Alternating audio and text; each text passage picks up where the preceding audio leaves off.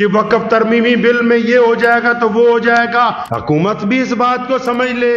किसी सरकार ने हमें जगह नहीं खरीद के दी, तो जब इन गरीब लोगों के घरों पर बिल्डोजर चलाए गए तब तुम कहां थे? मालिक अल्लाह। पंजाब के शाही इमाम इतने क्यों गुस्से में आ गए, आखिरकार इतने जज्बाती क्यों हो गए हैं? एक काम कीजिए, ये वीडियो देखिए। कि वक्फ तरमीमी बिल में ये हो जाएगा तो वो हो जाएगा। हुकूमत भी इस बात को समझ ले। किसी सरकार ने हमें जगह नहीं खरीद के दी, तो जब इन गरीब लोगों के घरों पर बिल्डोजर चलाए गए तब तुम कहां थे? मालिक अल्लाह है वक्फ का। हुकूमत इसलिए इसमें दखल नहीं दे सकती। आपने सुना होगा अभी आजकल हुकूमत ने एक मसला उठाया वक्फ बोर्ड का कि वक्फ तरमीमी बिल आना चाहिए। उसके बाद बहुत सारे लोगों ने तहरीक शुरू की। मुझे अल्लामा इकबाल का और तमाम अकाबरीन के बाद औकात वो शेर आज याद आ जाते हैं कि नादा झुक गए सजदे में जब वक्ते कयाम आया, कि नादा झुक गए सजदे में जब वक्ते कयाम आया। हुकूमत ने कहा कि हम वक्फ बिल लाना चाहते हैं, तो कई ऐसे लोग हैं जो भाजपा का नाम लेके मुसलमानों को डरा के अपनी रोटियां सेक रहे हैं। इनसे ये पूछो, अगर इतना ही पेट में दर्द था तो जब इन गरीब लोगों के घरों पर बिल्डोजर चलाए गए तब तुम कहां थे पूरे मुल्क में? तब तुमने जगह जगह जाकर क्यों नहीं प्रेस कॉन्फ्रेंस की? ये क्यों नहीं कहा कि इनके ऊपर जो जुल्म हो रहा है हम इस जुल्म के खिलाफ है? उस वक्त कहां थे तुम? जब नाजायज मुकदमात हुए, जब मॉब लिंचिंग हुई, उस वक्त कहां थे? उस वक्त चुप थे। ये मस्जिद, मदरसे, खानकाहें ये मुसलमानों से कायम है मुल्ला जी, ये मुसलमानों की वजह से कायम है। और तुम उन मुसलमानों की बात ही नहीं करते जो मजलूम है, जिनके साथ ज्यादती की गई, उनकी बात नहीं की तुमने पिछले 5-10 सालों में। उनकी बात करने लगे। वही तो कहा अल्लामा ने कि नादा झुक गए सजदे में जब वक्ते क़याम आया। ये मत बताओ कि वक्फ तरमीमी बिल में ये हो जाएगा तो वो हो जाएगा। इस कौम को ये बताओ, ये जो बिल ज्वाइंट पार्लियामेंट्री कमेटी के पास गया, ये आपकी वजह से नहीं गया, ये एक मजबूत ऑपोजिशन मुल्क में आई इसलिए गया। इनको ये बताओ कि तुम्हारे मेंबरान पार्लियामेंट ज्यादा किस तरह जीत के आ सकते हैं, ज्यादा तुम्हारे एमएलए किस तरह बन सकते हैं जो तुम्हारी बात करें मुल्क की पार्लियामेंट में जाके, जो अपने मुल्क के कानून के मुताबिक तुम्हारे हकूक की बात करें। वो रास्ता बताओ, वो रास्ता ना बताओ जिसके अंदर इज्जत तलाश की जाती है और फिर भी मिलती नहीं। वो रास्ता बता रहे हो, बताते क्यों नहीं इनको? जिस रास्ते पे चल के सीधे रास्ते पे आ सकते हैं। प्यारे मोहम्मद सल्लल्लाहु अलैहि वसल्लम ने ये बात सिखाई, मसलियत के नाम पर गरीब झूठ बोले तो झूठ, अमीर झूठ बोले तो वह सिफ्त हो गई है। गरीब झूठ बोले तो बेईमान, चौधरी झूठ बोले तो खूबी। गरीब आदमी झूठ बोले तो वो कज़्ज़ाब कहलाए, और जो लोग मेंबरों मेहराब पर बैठे हुए हैं वो अगर झूठ बोले तो कोई फर्क पड़ने वाला नहीं।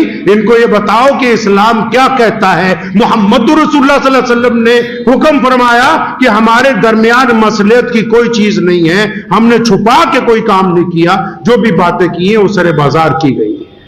ये आपने सुना होगा, पीछे वक्फ का मसला शुरू हुआ हमारे देश में, वक्फ बोर्ड का मसला। आपको पता है बहुत सारे लोग वक्फ के मुतालिक कानून की बातें करते हैं, कई मुसलमान 2-2 घंटे लगा रहे हैं। देसी बात पता है आपको? देसी बात, आम सी बात, वक्फ है क्या?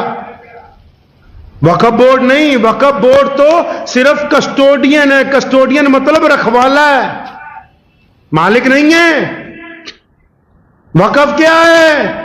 वक्फ मुसलमानों की इश्क और मोहब्बत की दास्तान का एक बाब है। वक्फ मुसलमानों की तरफ से अपने रब और अपने रसूल के लिए जो प्यार है ना, उसके इजहार का एक नमूना है। किसी सरकार ने हमें जगह नहीं खरीद के दी। हुकूमत इसलिए इसमें दखल नहीं दे सकती क्योंकि जो करोड़ों संपत्तियां पूरी दुनिया में हैं, या हमारे देश में जो वक्फ की संपत्तियां हैं, वो किसी से भीख में हमने नहीं मांगी हैं। वो बड़ी बड़ी जायदादें मुसलमानों ने अपने अल्लाह के इश्क में, अपने रसूल के इश्क में, उनको अपने रब के नाम पे वक्फ कर दिया कि इनकी आमदनी से रब और रसूल के दीन का काम होगा, इनकी आमदनी से गरीबों की भलाई की जाएगी। इसमें किसी का दखल नहीं है। ये इश्क मोहब्बत की दास्तान है। हुकूमत भी इस बात को समझ ले कि जितने वक्फ बोर्ड हैं ना ये मालिक है ना हुकूमत मालिक है, मालिक अल्लाह है वक्फ का। क्योंकि जिस बंदे ने वक्फ की है उसने ये लिख के वक्फ की कि ये जायदाद, ये खेत, ये महल, ये मस्जिद, ये दुकानें मैं वक्फ कर रहा हूं अपने अल्लाह के नाम पर। आज के बाद ये बेची नहीं जाएंगी, आज के बाद इनकी रजिस्ट्री नहीं होगी, आज के बाद फरोख्त नहीं हो किया जाएगा, इनसे किराया लाएंगे, उस किराए से मस्जिदों को पैसे देंगे, मदरसों को देंगे, कब्रिस्तानों को सुधारेंगे, बेवाओं को पेंशन देंगे, स्कूल चलाएंगे, अस्पतालों को पैसे देंगे। लेकिन ये जो अल्लाह के नाम पर जायदाद वक्फ कर दी, इसको कोई माई का लाल बेच नहीं सकता। वक्फ बोर्ड सिर्फ इसलिए बनाया कि उस जायदाद की रखवाली करे, वहां से पैसा वसूल करके गरीब लोगों के ऊपर उसको पैसे को खर्च करे। किसी हुकूमत को हक नहीं पहुंचता कि मुसलमानों के जाती मामलात के अंदर दखलंदाजी देने लगे, क्योंकि वक्फ की जायदादें अपने पैसे से वक्फ की हैं, सरकार से नहीं मांगा।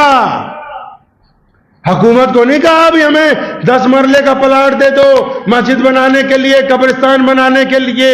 हमारे अकाबरीन ने अपनी जायदादें खुद वक्फ की हैं। अब किसी की रजिस्ट्री हो, किसी की औलाद के नाम हो, कोई बंदा अपनी जायदाद किसी को दे दे, कल को हुकूमत कहे जी हम इसमें दखल देंगे। नहीं भाई, जिसने पैसा लगाया, जिसने कीमत लगाई वो उसी की है। अब जिसको उसका मालिक बना दिया तो अब वही मालिक उस जायदाद का मालिक है, कोई दूसरा बंदा मालिक नहीं बन सकता है उसका। मुतवल्ली नहीं मालिक बन सकते, उनमें नहीं इतनी हिम्मत की वक्फ की जायदाद को बेच के दिखा दे। वक्फ बोर्ड नहीं रजिस्ट्री करवा सकता, बाकियों का तो छोड़ो, जो उसके रखवाले हैं उनके हाथ भी बांधे गए हैं कि खबरदार अपनी हुदूद के अंदर रहना, अपनी हुदूद से तजावुज करने की कोशिश ना करो, क्योंकि ये अल्लाह के नाम पर रखी गई शय है।